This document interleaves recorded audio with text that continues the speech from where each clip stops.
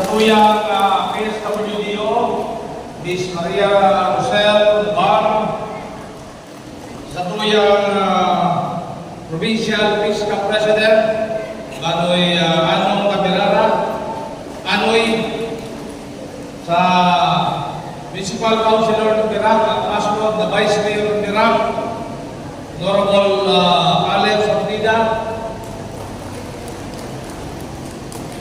sa kabos na Municipal Fiscal President, sa kabos na miyembros, kabos na kayo yan, mga namumutan ng senior citizen, Diyos maruhay na kanabi sa Senador. Ngunyan ang daw iyo ang pagginumdum niya to sa selebrasyon ng pagservisyo asin pagtaon ng recognition sa nakula asin na matatawadan na kontribusyon ng sa to mga senior citizens sa pagkataman asin pagpatalugo ng sa tulong mga komunidad dito sa probinsya ng Catanduanes. Your chosen team this year, senior citizen, building the nation, inspiring generations, cannot be overemphasized.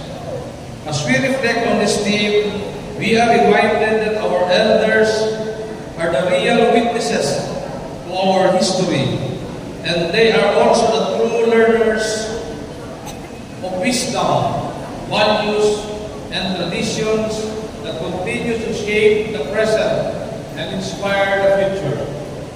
Kadakot sa itong mga senior citizen ang nakapag-service sa itong komunidad sa iba't ibang edad.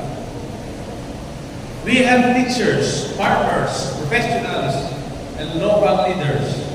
And for being so, they have instilled to us the principles of love, the virtues of compassion, and the doctrine of respect. Mga marahay na kaugalian na naipundan sa itong mga senior citizens sa halawig na panahon, kasi madalos pa na dimilog kasi nagkatao ng inspirasyon sa presenteng generasyon.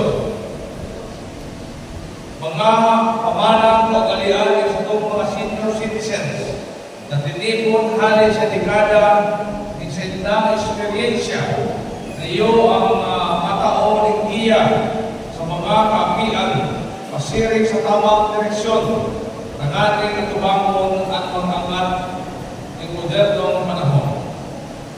It is through the good examples of our elders that younger generations will learn to embrace love, compassion, empathy, and respect. Let us therefore encourage the younger generation to seek out the wisdom of their elders, to listen and to learn. Sabi sa sarong masasarigan na kataramon at magpagurang, iyo ang panalingan ng mga kakyan. In other words, ang magpagurang, iyo ang ehemplo sa modelo ng presenteng generasyon. Buhay ang katuruhanan na sa tuyang mga senior citizens, iyo ang tunay na pundasyon sa pagbilog ng marahay ng pamilya, kasi katabang ng gobyerno, pagpakusok kasi hindi sa tuyang mga komunidad. Let us encourage the young generation to embrace and preserve the cherished values, traditions, and virtues of our elders so that it will make them worthy citizens of our country. Sa tuyang mga senior citizen, today is your day. This celebration is a tribute to your life's work, your sacrifices, and the values you have imparted to all of us. You are the living history of Catanduanes, and your legacy will continue to shape the future of our new generation. Congratulations, and my good wishes to all of you on the occasion of the 2024 Elderly Filipino Week celebration. Mga tugang sa bago, ping-announce sa tuyang MC na kami na si Mayor Sam, ako na si Buboy, nag-ayampagan,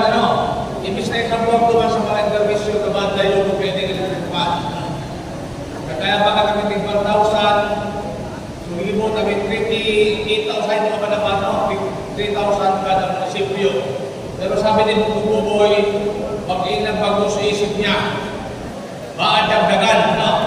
Ano gusto niyo dagdagan? Thank you, thank you. Thank you. Siya na ang bahala, ano, sa tatad, pag meron tayo. Yo. So, sa liwan, mag-enjoy tayo kita naman yan.